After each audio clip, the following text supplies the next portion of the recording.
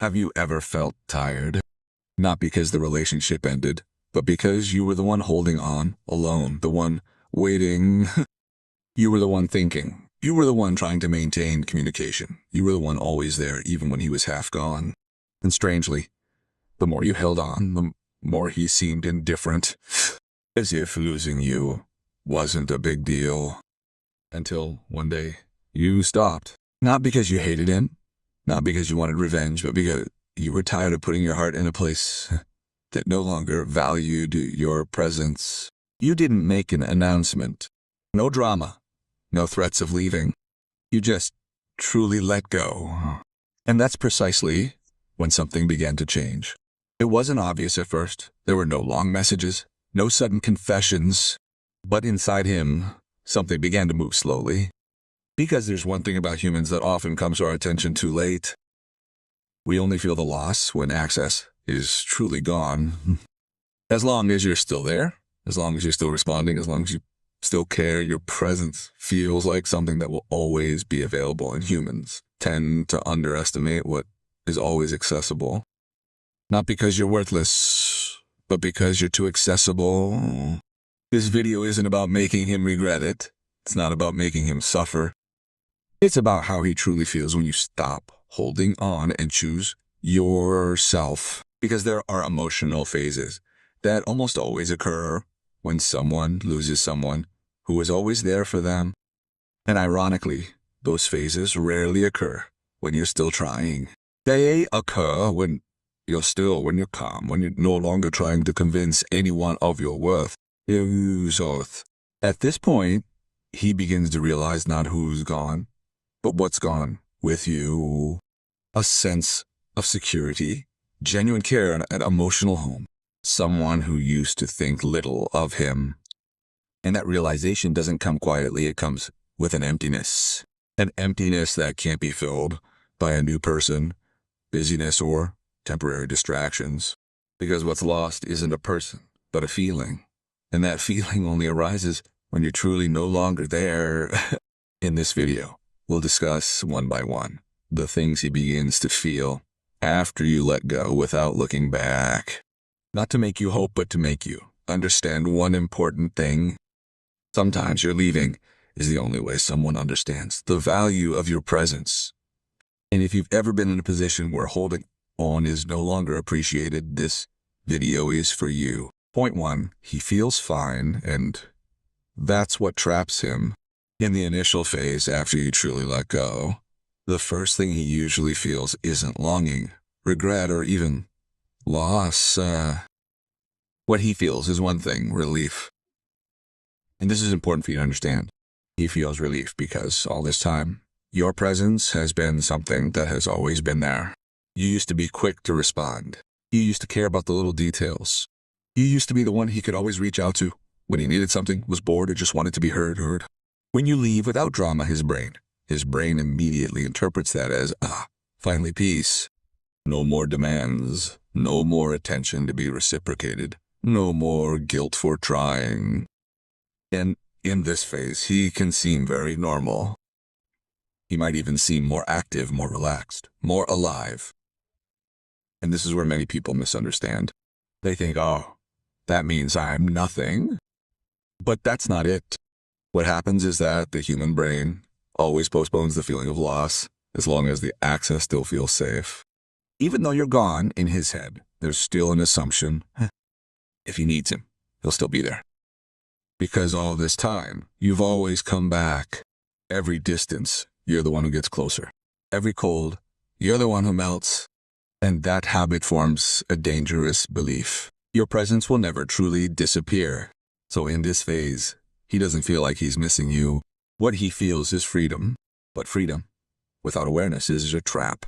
Because when there's no pressure, no conflict, no emotional confrontation, the brain begins to calm down.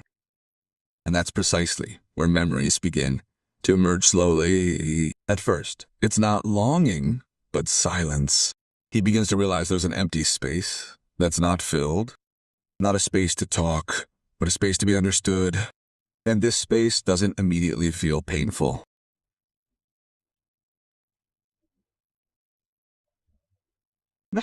In this phase, he still feels victorious, still feels like you're the one who's gone, and he's the one who's okay. But it's precisely because he feels okay that he doesn't prepare himself for the next phase.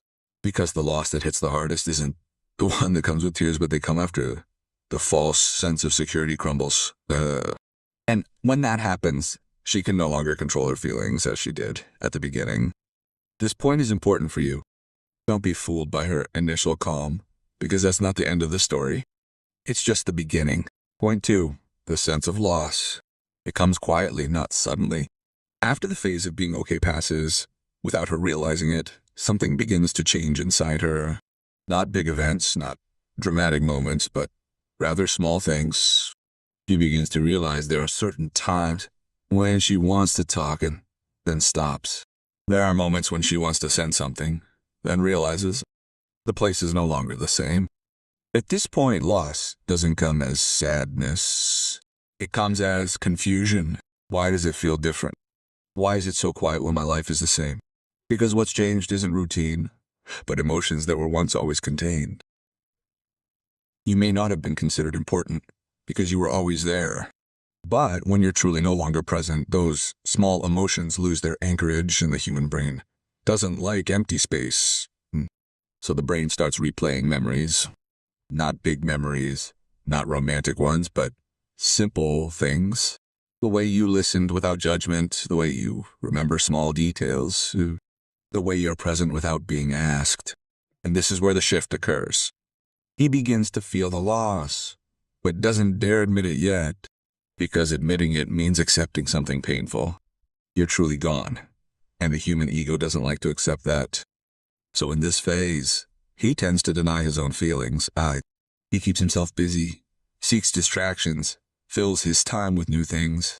Not because he's happy, but because he's afraid of silence. Because when he's silent, that feeling arises. The feeling that there was someone who used to make his life feel lighter, and now he's no longer there. What's most disturbing in this phase is one thing: uncertainty. He doesn't know if this is longing or just habit. Is he missing you or just missing your attention? And this confusion is what makes his heart start to feel restless. Because while you were around, he never really tested how important your presence was. Now the test comes late and every day that you still don't show up, don't contact, don't give a signal. That feeling doesn't go away. Instead, it grows slowly, not as a beautiful love, but as an emptiness that can't be ignored. And it's in this phase that he begins to realize one thing. Loss doesn't always feel like loss until you realize it's not there. Another easy way back. Point T, his ego began to crumble. When he realized you weren't coming back, at this point, something very important began to happen inside him. His old assumptions crumbled. All this time deep in his mind, there had always been a belief that he never expressed, but he believed it completely. If I needed him, he would come back. This belief didn't come from arrogance, but from a pattern. Every time there was distance, you approached. Every time there was a problem, you softened it. Every time he distanced himself, you waited. Unconsciously, his brain learned one thing: your presence was safe, accessible at any time. But now, day after day, you didn't show up. No long messages, no excuses, no attempt to explain yourself. And at this point, his ego began to be disturbed. Not because he lost you as a partner, but because he lost control. Because for the first time, he didn't know what you were thinking, and that ignorance hurt. He began to wonder why he could be at peace. Why didn't he look for you? Why wasn't he like before? And these questions slowly ate away at his sense of security. Because all this time, you may have seemed like the one who needed him the most. But in reality, you were the one who provides the most emotional stability. When that stability is lost, chaos sets in. At this point, he begins to compare. And this is where inner conflict arises. Logically, he feels nothing is wrong. Life goes on. But emotionally, there's something that can't be replaced. And this conflict is tormenting because his ego says, I'm fine. But his heart began to whisper, why does it feel empty? The longer you remain silent, the louder that inner voice becomes. And what hurts his ego the most is this. You don't look broken. You don't beg. You don't chase. You don't show any signs of loss. And this hits his old concept of yourself in the head. Because if you can live without him, then he wasn't the center of your life all along. And that realization shatters a big illusion. The illusion that you will always be there. No matter how he treats you in this phase. He begins to realize something too late. The value of your presence is only felt when he is truly gone. And this feeling doesn't appear as sweet love. It appears as suppressed regret. Regret for once feeling like he had time. Regret for thinking you wouldn't go this far. Regret for underestimating something consistent. But the ego hasn't completely fallen. In this phase, he's still trying to hold back. Still trying to prove to himself that he can be without you. But the more he tries, the clearer one thing becomes. What's missing isn't just a person, but a sense of belonging that he once considered secure.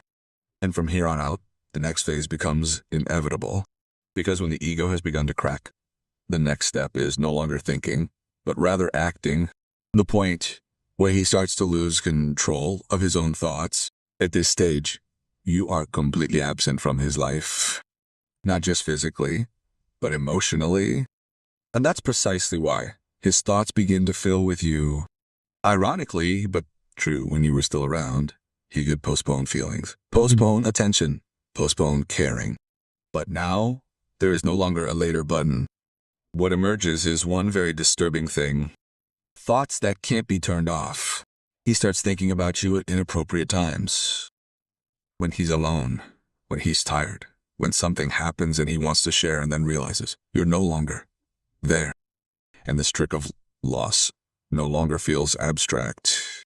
It becomes real, not in the form of tears, but in the form of broken habits. Little things that once felt ordinary now feel strange. He begins to remember the way you responded, the way you understood without asking too many questions, your presence without making him feel like he had to be ready. And the most torturous is this. He begins to realize that not everyone can do that. In this phase, he begins to try to reassess. Was I too easy before? Did I take him for granted? Did I misread his calmness? These questions don't come to find answers, but come to shake. Because the more he thinks, the clearer one thing becomes.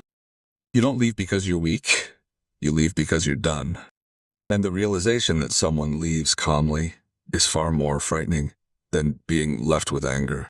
Because an angry person can still be taken back, but a calm person has already let go. In this phase, he begins to feel a loss of control. Not control over you, but control over himself. He wants to make sure you're still thinking about him. Wants to know if you've truly moved on. Wants to prove that he still matters. And this desire isn't about love, it's about a wounded ego. Because all this time, he's used to being your emotional center. Now that center is empty, and this emptiness forces him to confront one of his deepest fears. What if you really don't come back? At this stage, many people start doing small things. Reviewing old chats, secretly being nosy through other people, or simply hoping you'll show up first. But that hope doesn't come, and every day you still don't show up, those thoughts grow stronger. Because the most excruciating losses aren't the ones announced, but the ones that can't be responded to. And this is where his inner self truly begins to waver. Because for the first time, he's no longer in control of the story. You've stepped out of the role he once thought he'd always have. And when someone loses control of something that once felt certain, the next reaction is almost always the same. Point 5. He finally admits the loss, but no longer has a session. All the inner defenses he's built up are slowly crumbling. There are no more logical reasons. No more justifications. No more "I'm fine" masks. All that's left is one very human feeling, a loss, that's been acknowledged silently. He's finally reached a point of being honest with himself. Not honest with you, not with anyone else, but with his own inner self. That you weren't just someone who came and went. You were a part of his life that used to make things feel lighter. And this realization doesn't come dramatically. It comes slowly. Usually at night, when there are no distractions, when all the busyness stops. At this point, he begins to feel a complete longing. Not an impulsive longing, not a longing because of loneliness, but a longing because of the loss of belonging. He begins to realize that what's missing isn't just your attention, but a special place in your life. Because before, without him realizing it, he had a place that no one else had. A place to be himself, a place to be heard without judgment, a place to return emotionally. And now that place is empty. The most painful thing about this phase is one thing. He realizes, but it's too late to act the same way. Because you didn't leave in anger, you left in calm. And that calm sends the strongest message. I'm done. At this stage, he might want to contact you, not to come back completely, but to confirm one thing. Does he still have a place in your life? And that question arises because he's starting to fear losing you forever. But what makes this phase so difficult for him is this. He doesn't know how to enter through which door, because you left no gaps, no false hopes, no drama. You didn't provoke, no insinuations, no validation. And this attitude is what made his realization so bitter, because he couldn't blame you, couldn't call you evil, couldn't accuse you of overreacting. You left with dignity, and that made the regret even deeper. At this stage, he began to understand a profound lesson that humans often realize too late, that a consistent presence only feels valuable when it's truly no longer accessible. And most ironically, when he was finally ready to appreciate it, you were no longer waiting to be appreciated. Not because you didn't care, but because you had chosen yourself. And this is where the story takes a turn.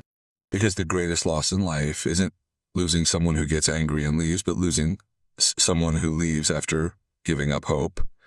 The point is, you're fine, and that hurts more than any loss. At this stage, there's a reality that silently shatters his soul. You haven't fallen. You haven't broken. You haven't lost. You haven't waited. You're still moving on with your life.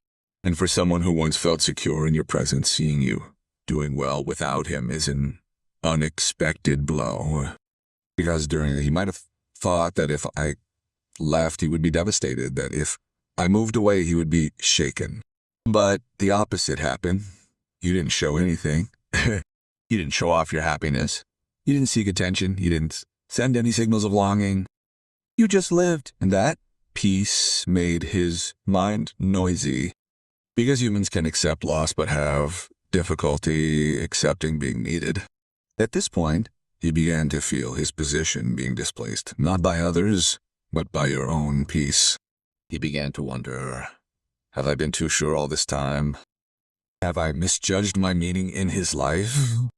Because if you can stand without him, then his role is not as important as he thought. And this isn't about jealousy, it's about identity.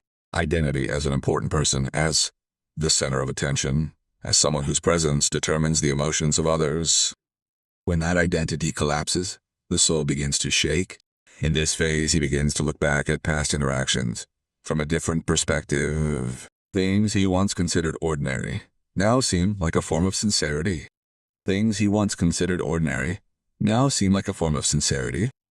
Things he once considered small now feel like a rare effort.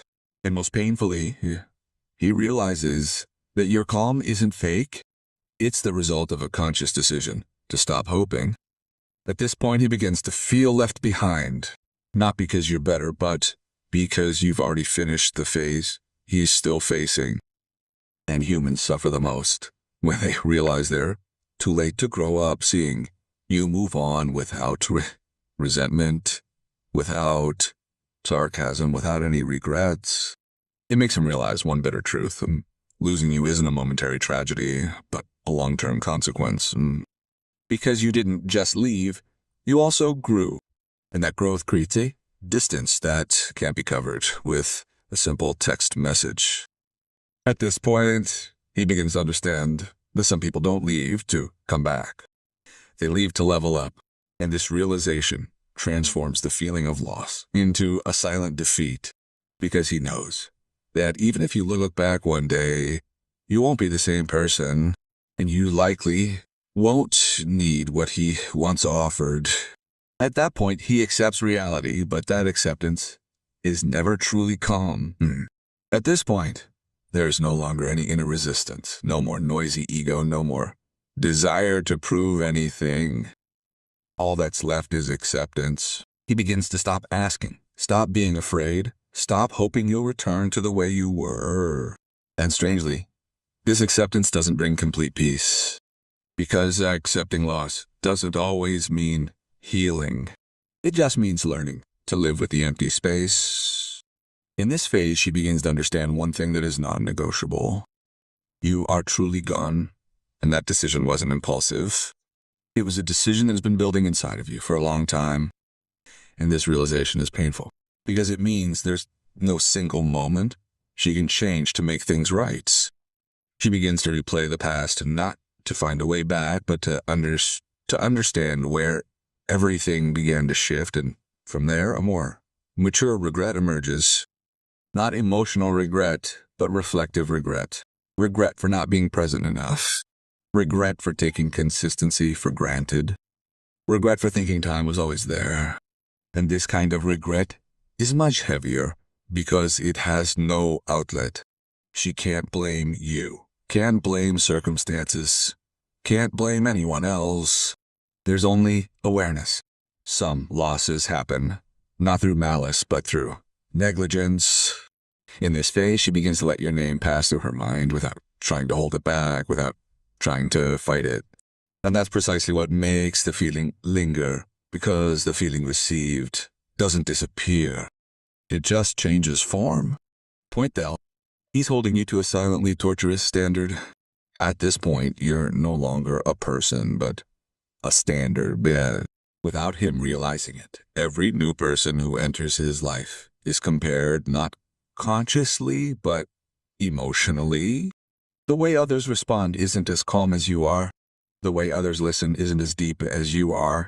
The way others present feels conditional. And these comparisons are exhausting. Not because those people are bad, but because they're not you. At this point, he's starting to realize that the connections that once felt natural are actually rare. And what's painful is that those standards were formed by someone who no longer wants to return. You become a silent benchmark. He can't complain. He can't ask for it again. And every time that standard isn't met, the loss resurfaces in the form of inexplicable disappointment. He's learning, but the lesson comes too late. At this point, there's growth, there's awareness, there's maturity that finally emerges. He's starting to understand boundaries about consistency, about respecting people before leaving. The problem is, those lessons come after the exam is over, and life doesn't always provide remedial opportunities. He might be a better, more present, more appreciative version of himself, but not for you. And this realization is bittersweet because the changes you can't share with the person who inspired them always feel empty. In this phase, he's no longer angry at the situation, no longer angry with you. He only regrets growing after the loss. Point 10. Losing you becomes a silent story that he keeps to himself. This is the final phase. You are no longer an open wound, but a silent story. A story he doesn't tell anyone. A story that emerges at certain moments. A story about someone who used to be there and never came back. You are no longer the center of his emotions, but you become a turning point. And turning points are always remembered, not with tears, but with long silence. Because the deepest loss is not the one that is filled, but the one that is accepted without change. Closing. Will he regret it? The answer is probably yes, maybe not in the way you hoped. But what is certain is that he will feel it, not because you forced him, not because you proved it, but because you left him quietly. And a quiet departure always leaves a trace, not to make you hope he comes back, but to remind you of one important thing. Sometimes letting go is not about losing someone else, but about saving yourself.